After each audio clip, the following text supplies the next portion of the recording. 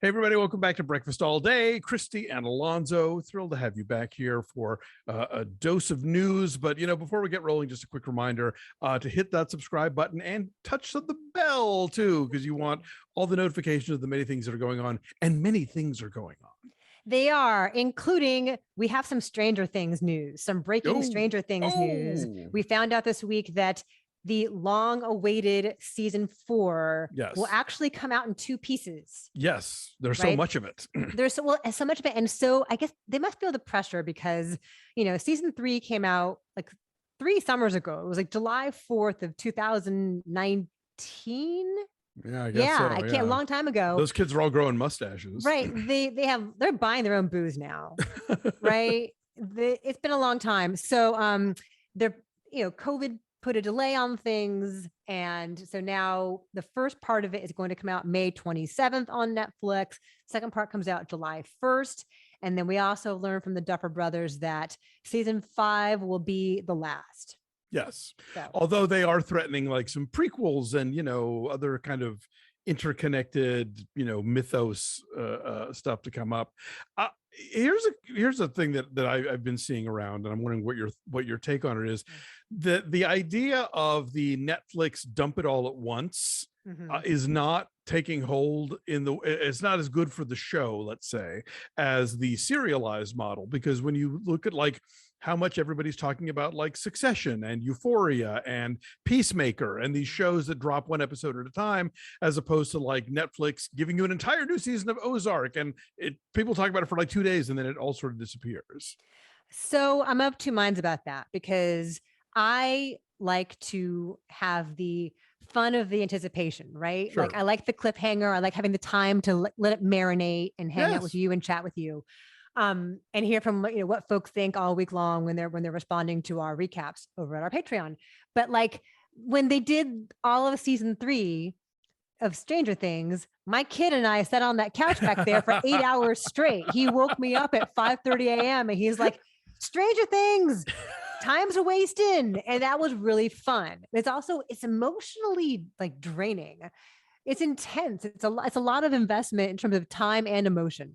And I think there's something to be said for like when you look at, I just remember like how much we were all talking about like WandaVision and stuff. Like I think there is something about shows going week to week, having that cliffhanger, having that discussion, pondering fan theories, whatever, that can happen, that doesn't happen when you get the dump like that. And my friend Drea, who's one of the co-hosts of Max Film, will talk about how like she likes to binge, and so for a weekly show she'll just wait for it to be done and then she'll go in and do the whole thing, which is, I guess, kind of having it both ways. But I don't know. I just think that a show like Stranger Things would be all the more in the zeitgeist when a new season drops if they made us wait for it.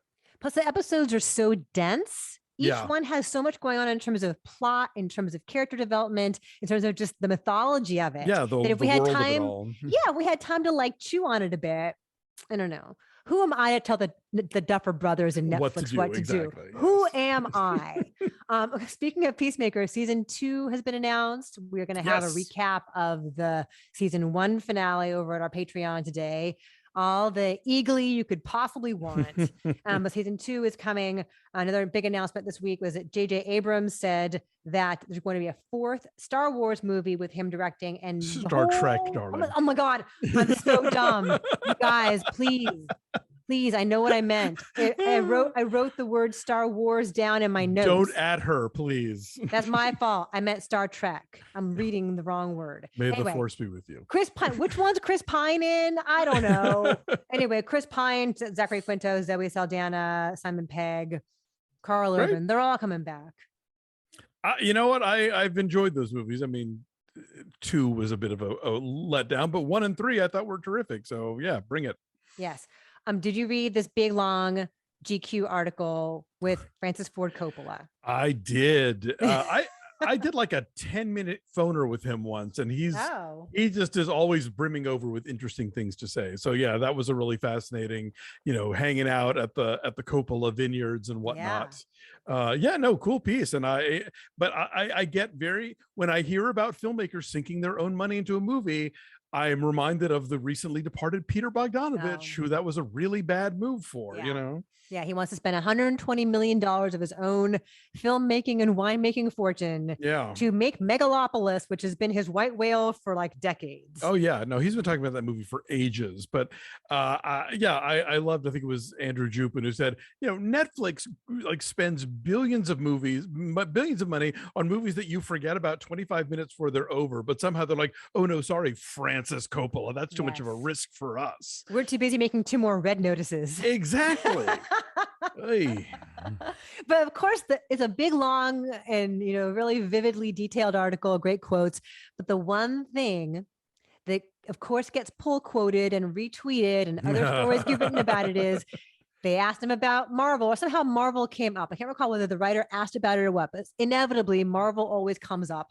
Sure. And he made this point that it's sort of the same movie over and over again with slightly different details. And then he talked about how Denis Villeneuve is an artist and Cary Fukunaga is an artist. But if you look at some of the action sequences in Dune and No Time to Die, they all seem kind of interchangeable. And I mean, the man has earned a right to be cranky about modern film. Good for you. But he's got a point, kind of. He's not wrong, and I think it's valuable that filmmakers look. I mean, this is this is since the dawn of cinema. Filmmakers have had opinions about other filmmakers' films. You don't even want to know Godard's opinion about Spielberg. You couldn't handle it. Not you, Christy. I mean, our viewers. No, I'm kidding. But like it is this thing where like this is not anything new, and the way that the diehard Marvel people take this as a personal affront, it's like, just take a breath. No one's taking your toys away, I promise. Right. And then someone like Chloe Zhao makes a Marvel movie, somebody who has a very specific aesthetic eye and voice, and people trash it. So there you go. So they do want more of the same. There's no winning. They do want more of the same. Anyway, so there is that. The trailer is out for Baz Luhrmann's Elvis. Didn't watch it, but I've been hearing that Tom Hanks does all the accents. Tom Hanks is covered in prosthetics. Colonel Tom Parker. To do Colonel Tom Parker. I mean, it's not quite Foghorn Leghorn. It's not that bad. He's not going, I say. What's your family name? I say Elvis Presley. You got something. So it's not that those bad. Hips, young man.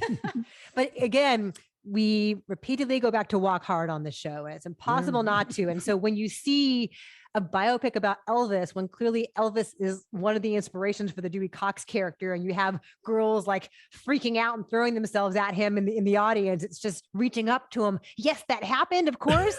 And we've all come full circle. It's funny.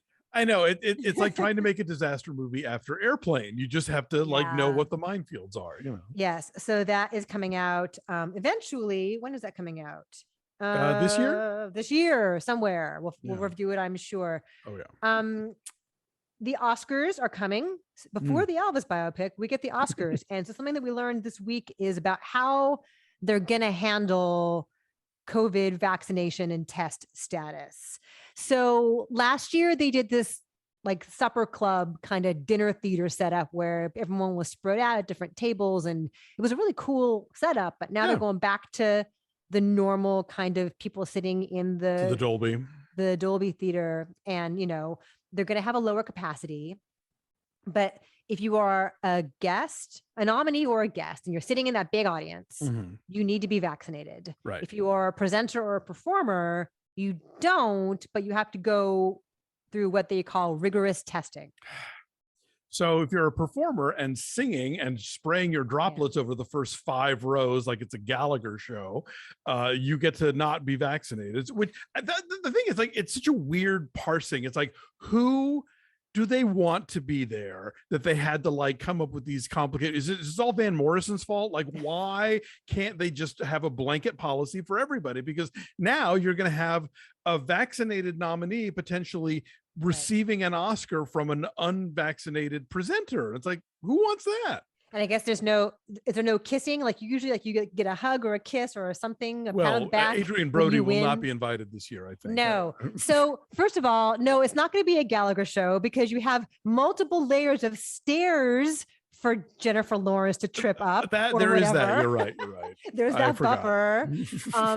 I just think, it should be everything the same for everyone, I would think. But anyway, so maybe that'll change again. We've got a month until the Oscars, so perhaps that will change again before it does seem like this weird thing of like, well, we were gonna make everybody be vaccinated, but we needed whoever, and so we're gonna, we'll skiffle the rules a little, Yes. We had a bit of an update here on the Halyna Hutchins death, the cinematographer who was shot in this accidental shooting on the set of the Western Rust in New Mexico. Her family has filed a wrongful death lawsuit against the producers of the film, which includes Alec Baldwin, right, who fired the gun, saying that he was negligent in terms of his handling of the gun and even in rehearsals. And so the lawsuit is talking specifically about his involvement with the specific incident, not simply him as a producer of the film. I think both. Okay. Wow. I think both. So that is a piece of news out there. This week we had the Super Bowl celebration. The Rams won the Super Bowl, so they had their big parade, and they transformed the Hollywood sign letters to spell out Rams House, and it looks so shoddy. It was like someone took like duct tape, like masking tape. Actually, did they transform it? I kept looking at the picture. I'm like, this doesn't. It just looks like a bunch of like they covered it in garbage bags, like it was a really bad Christo exhibit or something. And you couldn't read it. It didn't work for me at all. I mean, if I didn't know it said Rams House, I wouldn't know it said Rams House. But it looked kind of like my kid slapped it together at the last minute because the project was due the next day. A sad bit of news, 2 sad bits of news for you, and then we'll wrap up. Aaron Rodgers and Shailene Woodley have split up. They were engaged. Apparently he was too devoted to football, and that bummed her out. Will he get vaccinated now? That's my question. Okay. Oh, well, I don't think she was the thing keeping him from that. No. So I don't know. He's too devoted to his State Farm commercials. There you go. And then finally, Brenda Dice, who was a co-star in Red Rocket. She is the mom in Red Rocket, the no-nonsense, chain-smoking, porch-sitting front mom in Red Rocket. She has died of a stroke at age 60. She was a secretary for NASA. Wait, 60? She was only 60. Really? Wow. Okay. Those are some hard years. Huh. No, she's, and she gives that kind of performance of like, where really, I think it underlines Sean Baker's ability to find like the absolute right person for the role. And that doesn't necessarily mean, like the traditional sources of, your on-camera talent. But yeah, she's terrific in that film. And it was very, very sad to hear about her passing. Yeah, great example of how authentic his films feel, how lived in, and how he shines a light on folks who don't usually get a whole lot of attention in films. So Brenda Dice, a lovely performance there. So that's all I've got for you for news. All righty. Well, hey, listen, everybody, thanks for watching. Again, do subscribe, like this video while you're clicking on things, and check us out at Be Fast All Day on Twitter, Instagram, and Facebook. And oh my goodness, you should be checking out our Patreon at patreon.com/BeFastAllDay. You get videos like this with no commercial interruption whatsoever. We are doing TV recaps out the yin yang. We're wrapping up season 1 of Peacemaker today. We're also talking about Pam and Tommy and The Gilded Age, 2 shows that have absolutely nothing in common, but we're enjoying both of them. And our monthly Off the Menu, we gave a selection of Black romance films for people to check out and pick one for us to review. We're going to be talking about Sidney Poitier's second directorial effort, 1973's A Warm December. But that's only available on Patreon. You got to join to see it. Patreon.com/BeFastAllDay. Thanks for watching, everybody. Have a good week. We'll see you next time. Bye.